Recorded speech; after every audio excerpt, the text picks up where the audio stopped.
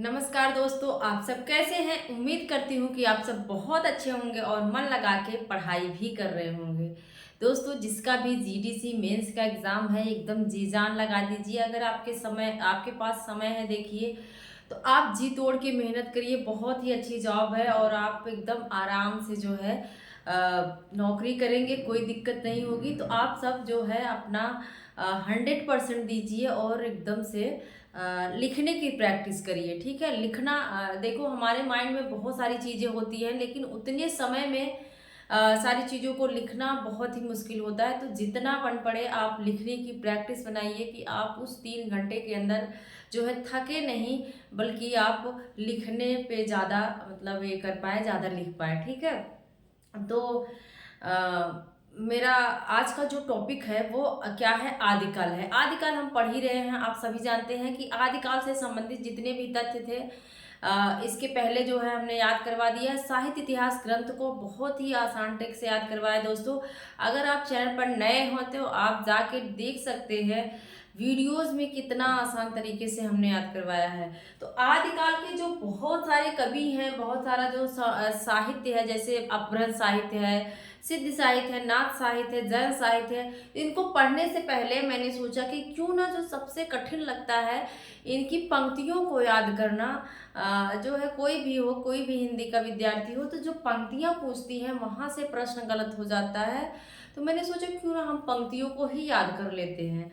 तो आइए देखते हैं क्या है, हम क्या करेंगे, पंक्तियों को रिलेट करके कवि से और उसको थोड़ा सा ट्रिकी बना के क्लास में ही याद करेंगे। तो लास्ट तक चैनल पे बने रहिएगा, देखना जितनी पंक्तियों को हमने लिखा है, अगर ये आपको नहीं याद है कि किस कवि की हैं तो अभी तुरंत याद हो जाएंगी। आइए देखते हैं क्या है, आदिकालीन काव्य पंक्तियां। आदिकालीन काव्य पंक्तियां हैं। आप जानते हैं कि देवसेन देवसेन को डॉक्टर नागेंद्र ने जो है प्रथम, इनकी रचना जो श्रावकाचार है, उनको कहते हैं कि ये प्रथम रचना है। ये क्या है, हिंदी की प्रथम रचना किसको मानते हैं, इनकी जो रचना है श्रावकाचार। क्या है, श्रावकाचार जो रचना है इनकी, श्रावकाचार, इसको जो है कहते हैं हिंदी की प्रथम रचना है। और ये 10वीं शताब्दी के कवि हैं। देवसेन कब के हैं, 10वीं शताब्दी के हैं, एग्जाम में पूछा जाता है। तो धनपाल भी 10वीं के हैं, देवसेन भी 10वीं के हैं, याद रखिएगा। इसके पहले जो इंदु आते हैं, जो इंदु जो हैं उन्होंने क्या किया था, जो इंदु ने अपभ्रंश में सबसे पहले दोहा छंद की शुरुआत किया था। आइए देखते हैं क्या है, जो जड़ सासर भाषियों शो भई कहियों सार। देखो, ये अपभ्रंश भाषा की पंक्तियां हैं जिससे हमें बहुत कठिन लगती है, याद करने में बड़ी समस्या होती है। तो इसका अर्थ तो हम नहीं बता पाएंगे, बस इसको रिलेट करेंगे कि किस कवि की ये लाइन है। तो देवसेन जो जिड़ सासर, हमने सासर से याद कर लिया। सास, जो सास चलती है वो किसकी वजह से चलती है, देव की वजह से। देव मतलब जो भगवान है, जो हमारे परमात्मा है, भगवान है, उनकी वजह से हमारी क्या चलती है, सांसें चलती है। तो सासड़ जैसा शब्द आपको अगर दिख जाए, जो जिड़ सासड़ भाषियों, तो सासड़ दिखे तो रिलेट कर लेना, हमारी सांसें किससे चलती हैं, देवसेन से चलती हैं। हमने ऐसे ही याद किया था। आइए देखते हैं, सरहपा कौन है, इसके बाद सरहपा है। और सरहपा की पंक्तियां बहुत ज्यादा पूछी जाती हैं। तो देखिएगा, पंडित सल सत्य बखाड़े, इसके आगे भी लाइन है, अमरा गमन। क्या है, अमरा गमन रतेन बिखड़ई। इसका मतलब है, जब अगर रा आ रहा, आप देख रहे हैं कि जो अपभ्रंश भाषा है वो डकार बहुला है, मतलब उसमें रा शब्द, जो रा वर्ड बहुत ज्यादा आया हुआ है। तो अब इसको रिलेट कैसे करें, सरहपा हमने याद किया, सरहपा। सरहपा क्या है, अमरा गमन। सर सर सर सर हवा चलती है ना, हवा कैसे चलती है, अभी देखो गर्मी में क्या होता है, जब बहुत तेज हवा, गर्मी में कह रही हूँ, ठंडी में हवा पता चलती है। गर्मी में तो कितना भी हवा चल जाए, गर्मी खत्म ही नहीं होती, ऐसा लगता है। तो ठंडी में कैसे कहते हैं, बहुत सरसर सरसर हवा चल रही है। जो गांव के होंगे शब्द से परिचित होंगे, तो कहते हैं बहुत ही सरसर सरसर हवा चल रही है, एकदम कपकपी हो जा रही है। तो सरसर सरसर से याद किया, अमड़ा गमन।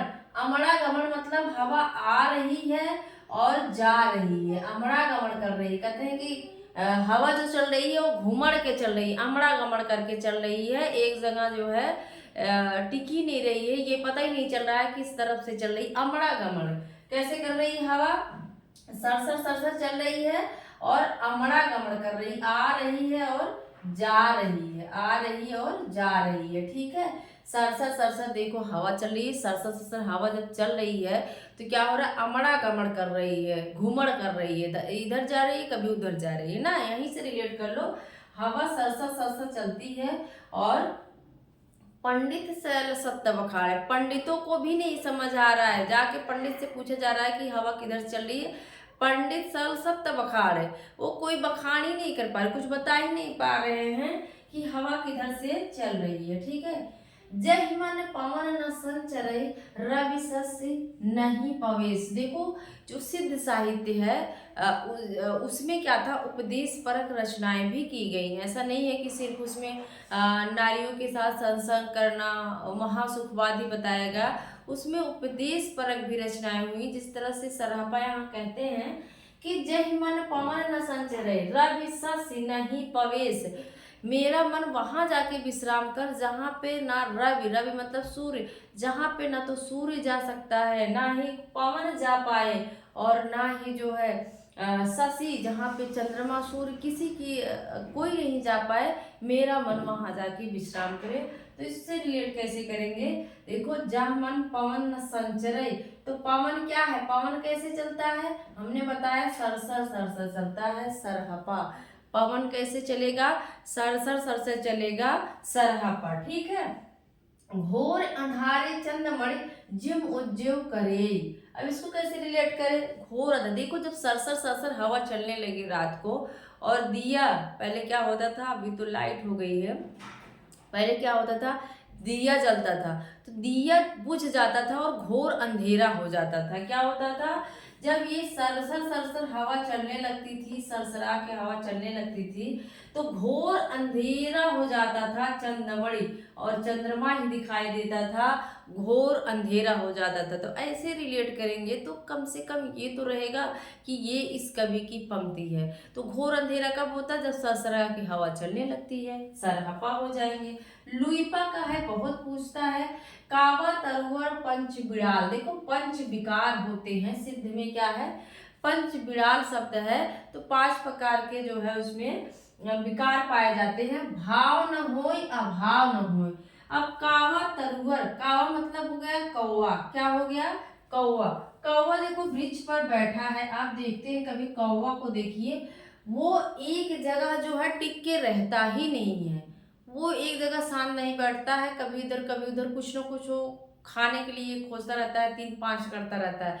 तो वही सबने रिलेट किया, लुपलुपाता रहता है, देखो कहते हैं ज्यादा लुपलुपाओ नहीं, कहते नहीं है कुछ लोग की ये भाषा होती, कहते ज्यादा लुपलुपाओ नहीं, शांति से रहो, तो मम्मी मम्मी ज्यादा कहती हैं, अभी देखो किचन में कुछ बन रहा है, अगर ज्यादा जाके वहां खाने के लिए आप पहुंचे हैं, लेकिन ज्यादा लुपलुपाओ मत, अभी मिलेगा। तो वही से रिलेट किया कि जो कौवा होता है वो तरवर पर बैठकर लुपलुपाता रहता है, क्या करता है, लुपलुपाने से याद कर लो लुइपा की है, ठीक है। कौवा तरुवर पंचबिड़ा, भाव न हो, हमेशा उसके पास अभाव ही रहता है, हमेशा लुपलुपाता रहता है, क्या, कावा तरुवर पर बैठकर। कड़हपा की है, पूछा जाता है, जिम लोड बिलज्जई पर यही तीम धरणी कल्लई चित्त, देखो हमारे पास डिजिटल बोर्ड है नहीं, नहीं तो मैं जो और भी पंक्तियां इसमें हैं उसको भी करा देती, लेकिन डिजिटल बोर्ड जो है नहीं है, बहुत सारी चीज़ें नहीं, कभी कभी सिचुएशन नहीं सही रहती, हम ले भी नहीं पा रहे हैं, इतना ज़्यादा महंगा है, तो हमें जो ठीक लगा जितना इसमें आ सका उसको हमने लिख दिया है। तो क्या है, जिमी लोड़ बिलज्जय पाड़, कड़ाहपा, हमने देखा है, जो देखो गांव के लोग होंगे कड़ाहा जानते होंगे, कड़ाहा, कड़ाहे में क्या होता है, गुड़ पकाया जाता है ना, पहले गन्ने का रस डालते हैं उसमें और गुड़ पकाया जाता है, कुछ लोग देखो गुड़ में बहुत सारी किसी को बेचना रहता है तो ऐसी चीजें डाल देते हैं जिससे बस गुड़ ज्यादा हो जाए, उनका ये नहीं रहता कि कोई खाएगा तो उससे क्या प्रभाव पड़ेगा, वो सोचते हैं कि कैसे हमारा फायदा हो। तो वही सब रिलेट किया, लोड मतलब होता है नून, नमक, क्या होता है, नमक, देखो क्या करते हैं सब लोग, कड़हपा में जिम लोड़ विलज्जय, सब लोग क्या है, इसका अर्थ जो है ये कहते हैं कि जैसे पानी में नमक घुल जाता है वैसे स्त्री के साथ जो है पुरुष को मिल जाना चाहिए, तभी जाके महासुखवाद की प्राप्ति होगी। तो फिर इसको हमने रिलेट कर लिया, जिम लोड़ विलज्जय, कड़ाहे में क्या करते हैं सब लोग, पानी में पानी रहता है कड़ाहे में और उसमें क्या करते हैं, नमक डाल देते हैं कड़ाहे में ना, कड़ाहा ऐसे होता है। अभी आप सब जो गांव के होंगे वो जान रहे होंगे, मैं तो बना भी नहीं पाऊंगी, मेरी ड्राइंग इतनी अच्छी है नहीं। तो कड़ाहा ऐसे कुछ होता है कि उसमें ऐसे पकड़ने वाला लगा रहता है और उसमें क्या है, गुड़ पकाया जाता है ना, गुड़ पकाया जाता है। तो गुड़ में क्या करते हैं सब लोग, नमक डाल देते हैं, लोड़, लोड़ मतलब नून, गांव में क्या कहते हैं, नून कहते हैं ना, नून। तो कढ़ाई में क्या करते हैं सब लोग, पानी भी दिया है, देखो पानी डाल देते हैं, पानी का मतलब पानी, रा का यहाँ ना का जो है रा हो गया है, तो पानी डाल देते हैं और नमक भी डाल देते हैं, कहाँ, कढ़ाई में डाल देते हैं। विद्यापति है, विद्यापति जो है इनके जो गुरु हैं कौन है, हरि मिश्र हैं, आप सभी जानते हैं, विस्पी नामक गांव में इनका जन्म हुआ है। और विद्यापति जो है मैथिली भाषा में, संस्कृत में और संस्कृत, मैथिली और एक भाषा अवहट्ट में रचनाएं करते हैं। कीर्तिलता कीर्तिपता का जो है अवहट्ट में पूछा जाता है। और जो है पदावली की भाषा जो है मैथिली है, और पदावली के आधार पर ही इनकी जो है इनको ख्याति प्राप्त हुई है, मैथिल कोकिल कहा जाता है पदावली के आधार पे। कहते हैं देसिल बैना सब जन मिठा, इनका पक्ष जो था, ये कहते हैं कि जो अवहट्ट है वो देसी है और हमें देसी भाषा में ही जो है अपनी रचनाएं करनी चाहिए। देसिल बैना सब जन मिठा, तय तयसन जपौ और हट्टा। बहुत सारे लोगों को देखो ये पंक्ति याद होगी, लेकिन जो नए हैं बेचारे, जो शुरू करते हैं, उनको समझ नहीं आता है। तो देसिल बैना सब जन, देखो अभी विद्या जो है, अभी विद्या जो देनी है, जो पढ़ाई करनी है प्राइमरी में, वो क्या है, देसी भाषा में देना है, मातृभाषा में। तो देसिल बैना, मातृभाषा में क्या देना है, विद्या को देना है। क्या करना है, जो प्राइमरी लेवल की शिक्षा होती है, जो प्राथमिक होता है, उसमें क्या करना है, मातृभाषा में शिक्षा देनी है। तो वहीं से हमने रिलेट कर लिया, विद्या को क्या करेंगे सब, देसिल बैना। और ये हमारी जो देसी भाषा होती है बड़ी मीठी भी होती है, क्या होती है, बड़ी मीठी होती है। देसिल बैना सब जन मिठा, सरस बसंत पवन भल पावली, क्या है, सरस बसंत समय भल पावली। और विद्या अर्जन करके हम क्या करते हैं, सरस बन जाते हैं। यहाँ है सरस, क्या बन जाते हो, विद्या अर्जन करके सरस बन जाते हैं ना, सरल स्वभाव हो जाता है। अमीर खुसरो पटियाली गांव के रहने वाले हैं और इन्होंने 11 शासकों का राज्य और सिंहासन देखा हुआ था। तो अमीर खुसरो के बारे में जानते रहे, ये खड़ी बोली के प्रथम कवि माने जाते हैं। इन्होंने जो है इनकी भाषा में खड़ी बोली, ब्रज भाषा, अरबी फारसी के भी शब्द दिखाई देते हैं। और इनकी लाइन है, गोरी सोवै सेज पर मुख पर डारे सेज, चल खुसरो घर आपने रैन भई चौदेश। जब इनके गुरु की मृत्यु हो जाती है तब इन्होंने ये लिखा था कि गोरी सोवै सेज पर मुख पर डारे केस, चल खुसरो घर आपने रैन भई चौदेश। तो गोरी देखो, जो अमीर लोग होते हैं, हमने इसको रिलेट किया कि कैसे याद रखे दिमाग में, एग्जाम में देखते ही कैसे कंफर्म हो जाए कि इसका उत्तर यही है।